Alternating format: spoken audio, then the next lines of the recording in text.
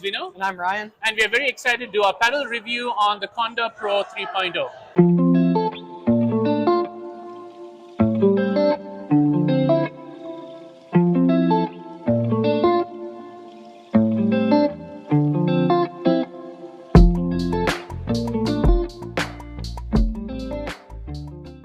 Ryan, first impressions. Some of my first impressions are I really like the surface that it has on the paddle, and I know we're both in agreement. The grip that it comes with is a very, very nice grip. Yeah, I think generally for me, as soon as I took the paddle, like the graphics and stuff like that are very simple, but I think that's where it stops, and thereafter everything was very surprising. The weight of the paddle was phenomenal. At 7.7, the balance itself was very good.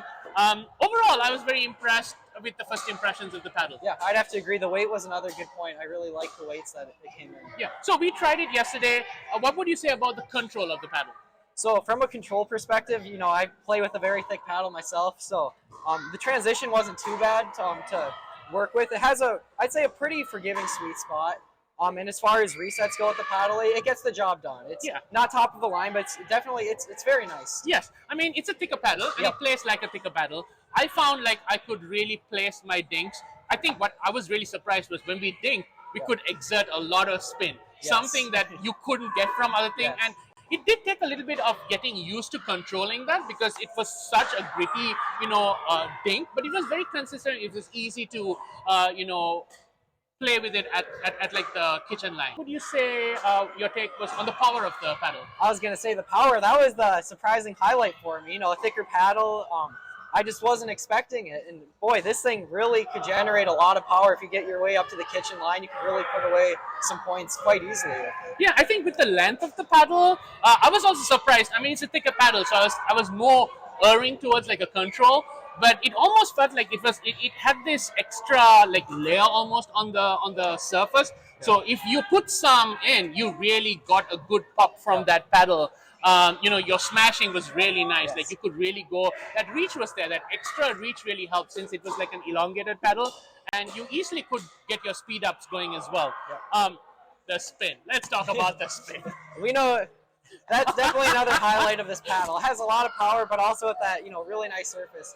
Boy, you can generate a lot of spin on both your forehands and your backhands. Yes, I think out of majority of the paddles that I've played, and I have personally switched to this because of the spin. I like spinning it, and you can easily generate spin out of it. I think just moving on to adaptability, this is a very surprising paddle. So it just takes a couple of games for you to kind of get used to the paddle. The length is different, the grit is different. It's a thicker paddle, but it feels like it's power, so you have to control at that point. So the adaptability is a little bit, I would say, it takes a little bit getting used to. Yeah, I would agree with that. It definitely took me a handful of games before I really had the third shots, dialed in. But I think if someone really put in just a few days transitioning into the paddle, it has a lot of nice benefits to it. Yeah.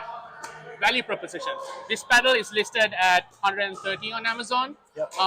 What do you think? As for a $130 paddle, what's your value proposition? Boy, that's a very good deal. I mean, it's a nice paddle. There's not any downsides really to it, other than, like you mentioned earlier, could look a little flashier. But if you like a simplistic design, this really gets the job done in terms of power, spin, control, everything. It's very well-rounded. Yeah, I was very surprised. For the value proposition, I think you get a really good paddle, very compared to like your high-end Electrum Pro. It actually looks very much like that as well. Spin is awesome. It does take a little bit of getting used to, but I think the more I played with it, the more I enjoyed this paddle. So exciting for us to review this paddle. Hopefully you'll join us soon in another paddle review.